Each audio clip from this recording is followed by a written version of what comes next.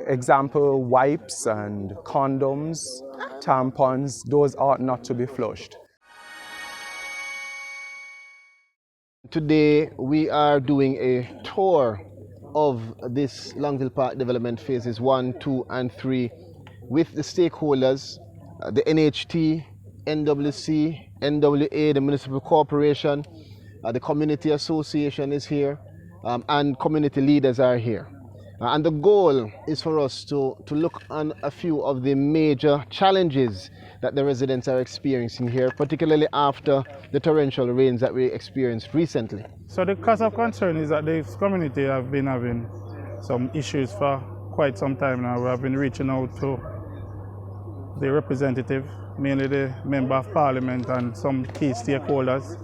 So today it was arranged in collaboration with the leadership of the community and the MP to have a walkthrough of the community with some of our key stakeholders. And so far I must tell you that I'm really encouraged to know that we have been getting quite a lot of commitment from these agencies that some of the issues that we are having, they will be able to address them. As one of the agencies that provides services to the Longville Park community, there is an opportunity here to engage the customers, residents alike who have interests or concerns regarding their water or their sewage systems. Where we're standing now at the intersection between Phase 2 and 2A is an area where recently we had an issue with the overflowing of the manholes and extended into the pump house, which is behind me.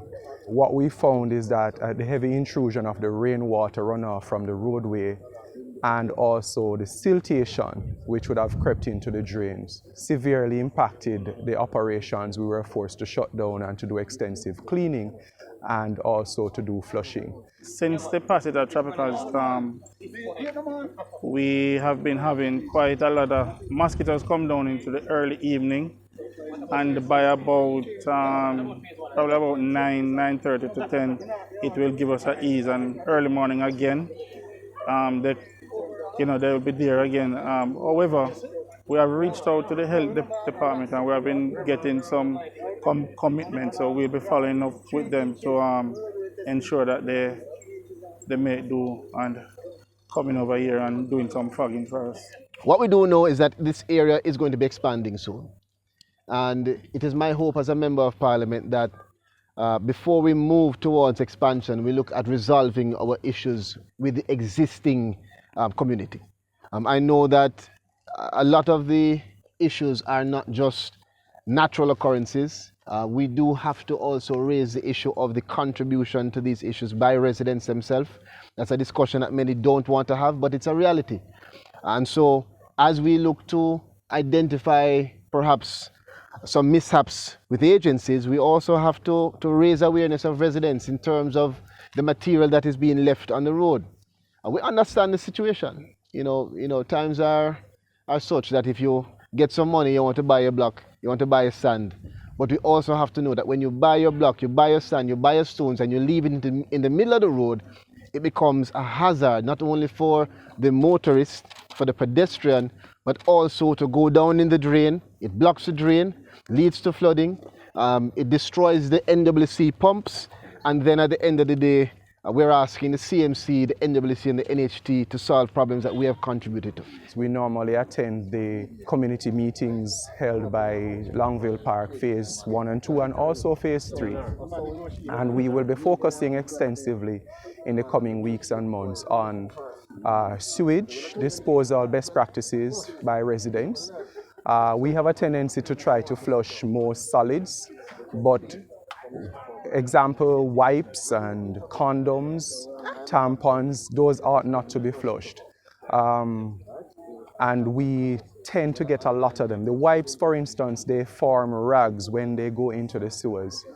And they mesh together, sometimes clogging whether the manholes leading from the premises or the pumps themselves are at risk.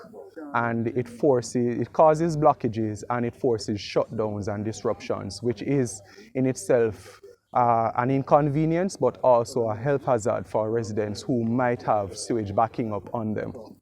So we want to appeal to persons to educate yourself, but also pay attention to NWC's website and our social media pages. We funnel a lot of information to help persons to know the best practices. Another one is the disposal of grease in terms of cooking oil. We tend to throw it down the drain or the kitchen sink, but oil and water don't mix. And when the oil cools, it forms fat blogs, which end up causing a narrowing of the pipeline. And again, it causes some kind of overflowing or blockages. So again, we're here today not to bash, but to look at the opportunities for partnership. You have to be realistic, right? An investment like this, anyone would run to seize the opportunity, and so that's what residents did. However, some of these issues, I will classify them as low-hanging fruits, and they shouldn't have been lingering for so long. And quite a lot of residents are now really frustrated, because some of these issues, they are recurring issues, and I'm just hoping that today will be the start of resolve for these. As the councillor representing this area, I've been getting numerous requests from the citizens groups, CDCs. I've been attending their meetings, a number of meetings for the different phases, as well as their general meeting. And we've been getting the complaints about the bad roads, we've been getting complaints about flooding whenever it rains, and we've been getting complaints about the overgrown vegetation on the empty lots and all of that. So I'm happy for this tour, and we were able to arrive at something, at an agreement today as to the way forward. So work should begin shortly based on the discussions that we're having here. And of course, we will be in touch with the citizens on a regular basis, as we are always doing, and we ensure that the work is done properly. As Minister of Housing, we are geared towards sustainable communities.